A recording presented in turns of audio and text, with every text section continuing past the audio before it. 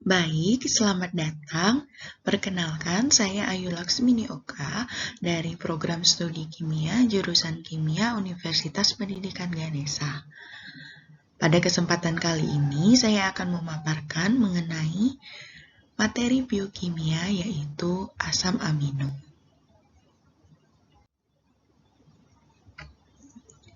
Untuk kesempatan ini, saya akan memulainya dengan membahas mengenai klasifikasi dari asam amino.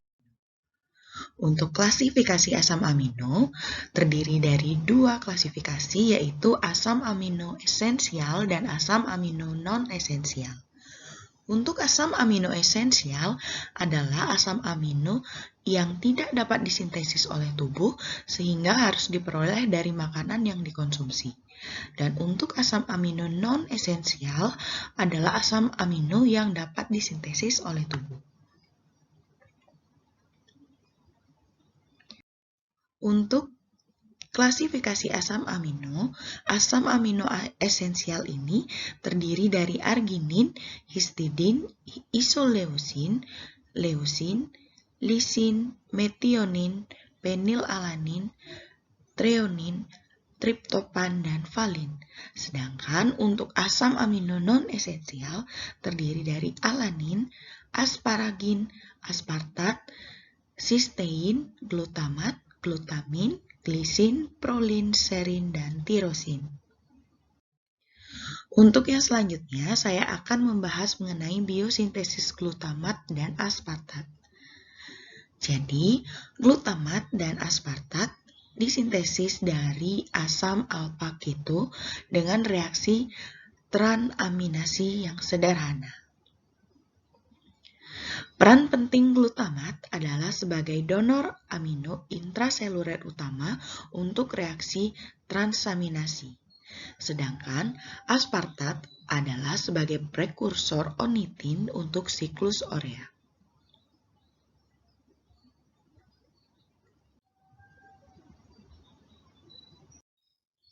Yang selanjutnya adalah biosintesis alanin. Alanin dipindahkan ke sirkulasi oleh berbagai jaringan, tetapi umumnya oleh otot. Alanin dibentuk dari pirufat.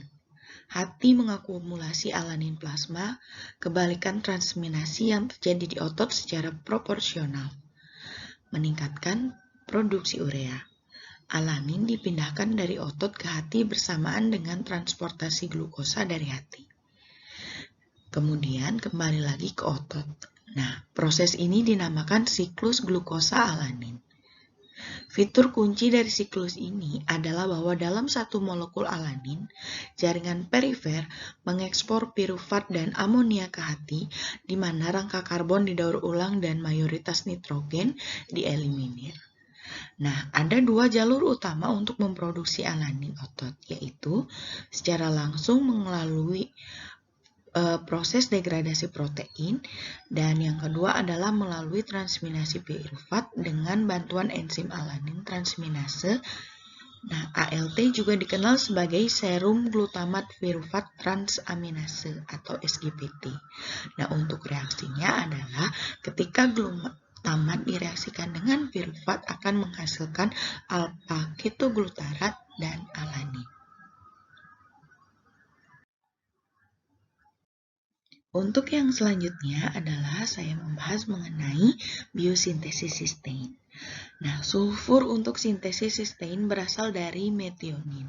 Kondensasi dari ATP dan metionin dikatalis oleh enzim metionin adenosiatransferase, menghasilkan S-adenosilmetionin atau dikenal dengan SEM.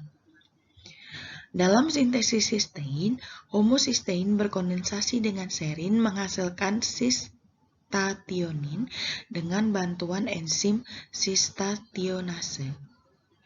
Selanjutnya, dengan menggunakan bantuan dari enzim sistationinase, sistationin diubah menjadi sistein dan alfa-ketobutirat.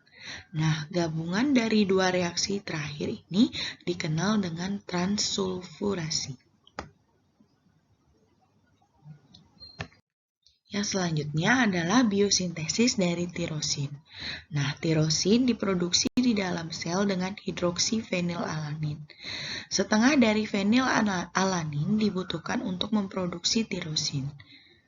Nah, jika diet kita kaya tirosin. Hal ini akan mengurangi kebutuhan fenilalanin sampai dengan 50%. Fenilalanin hidroksilase adalah campuran fungsi oksigenase. Satu atom oksigen digabungkan ke air dan lainnya ke gugus hidroksil dari tirosin.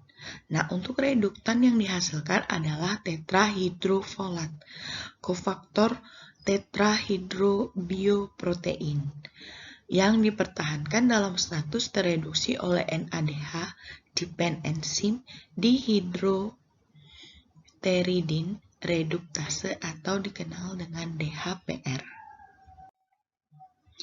Untuk biosintesis ornitin dan prolin.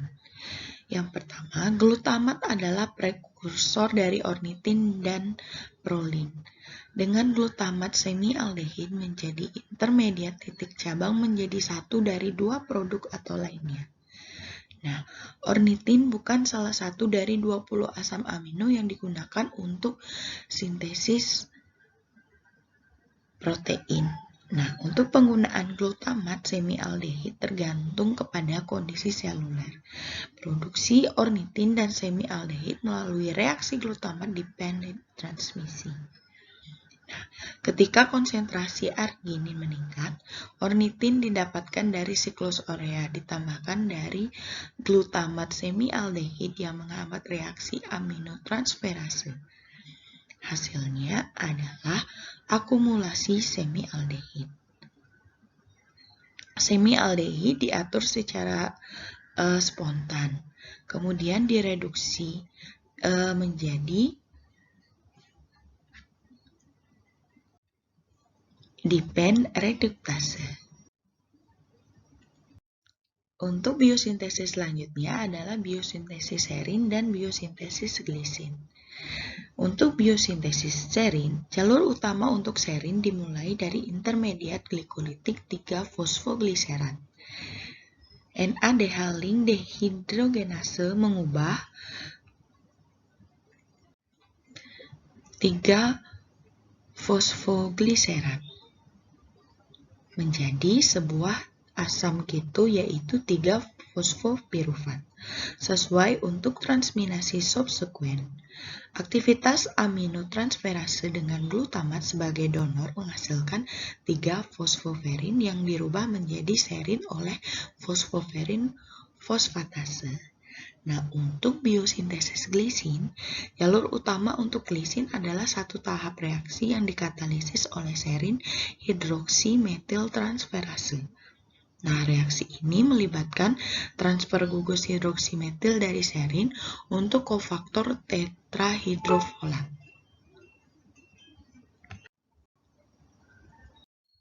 Untuk yang selanjutnya adalah biosintesis aspartat, asparagin, glutamat, dan glutamin. Glutamat disintesis dengan aminasi reduktif alpha-ketoglutarat yang dikatalisis oleh glutamat dehidrogenase yang merupakan reaksi nitrogen fixing. Glutamat juga dihasilkan oleh reaksi aminotransferase yang dalam hal ini nitrogen amino diberikan oleh sejumlah asam amino lain, sehingga glutamat merupakan kolektor umum nitrogen amino. Aspartat dibentuk dari reaksi transminasi yang dikatalisis oleh aspartat transaminase atau AST. Nah, reaksi ini menggunakan analog asam alfa ketoaspartat, oksaloasetat, dan glutamat sebagai donor amino. Aspartat juga dapat dibentuk dengan deaminasi asparagin yang dikatalisis oleh asparaginase. Asparagin sintesis dan glutamin sintease mengkatalisasi produksi asparagin dan glutamin dari asam alfa amino yang sesuai. Nah, glutamin yang dihasilkan dari glutamat dengan inkorporasi langsung amonia dan ini merupakan reaksi fiksin nitrogen yang lainnya. Untuk selanjutnya, saya akan membahas mengenai asam amino ketogenik dan glukogenik. Untuk asam amino ketogenik adalah asam amino yang dapat diubah menjadi keton oleh proses ketogenesis.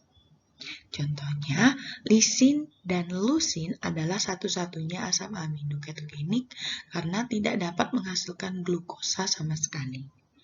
Nah, untuk asam amino glukogenik adalah asam amino yang bisa diubah menjadi glukosa dengan proses gluconeogenesis. Yang termasuk ke dalam asam amino glukogenik adalah treonin, asparagin, glisin, alanin, valin, arginin, metionin, aspartat, histidin, cystein, dan tirosin.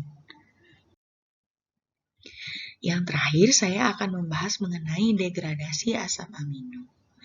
Nah, degradasi Edman dikembangkan oleh Per Edman adalah suatu metode pengurutan asam amino yang terdapat dalam peptida.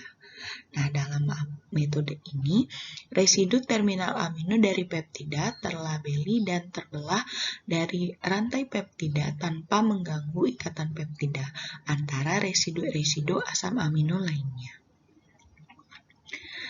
Seperti pada reaksi, fenil isothiocyanat direaksikan dalam keadaan sedikit basah dengan gugus amino terminal N-peptida yang tidak bermuatan untuk membentuk turunan fenil-O-karbon-karbomil yang berbentuk siklik. Nah, kemudian dalam kondisi asam, turunan asam amino terminal ini dibelah sebagai turunan thiazolionin. Asam amino thiazolionin ini kemudian secara selektif diekstrak ke dalam pelarut organik dan diberikan asam untuk membentuk fenyl itohidantoin atau PTH yang lebih stabil. Nah, PTH ini adalah turunan asam amino yang dapat diidentifikasikan menggunakan kromatografi atau elektroforesis.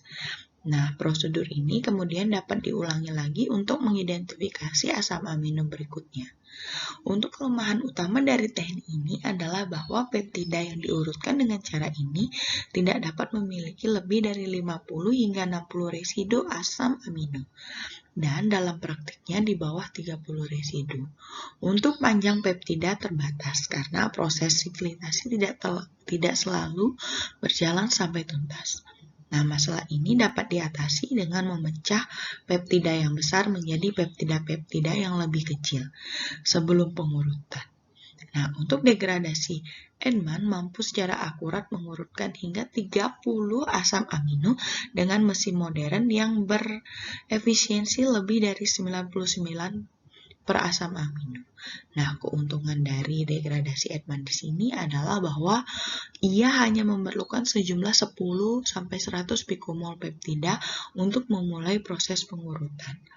Nah, reaksi degradasi Edman ini diotomatisasi pada tahun 1967 oleh Edman dan Baeks untuk mempercepat proses degradasi.